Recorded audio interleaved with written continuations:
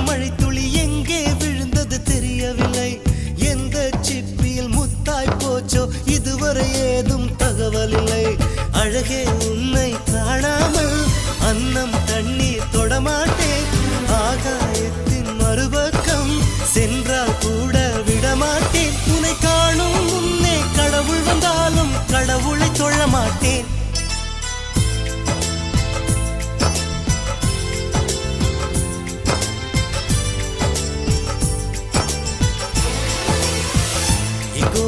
சாலை வளைவில் உன் பிம்பம் தொலைந்ததடி. அங்கேயே நின்று கொண்டு என்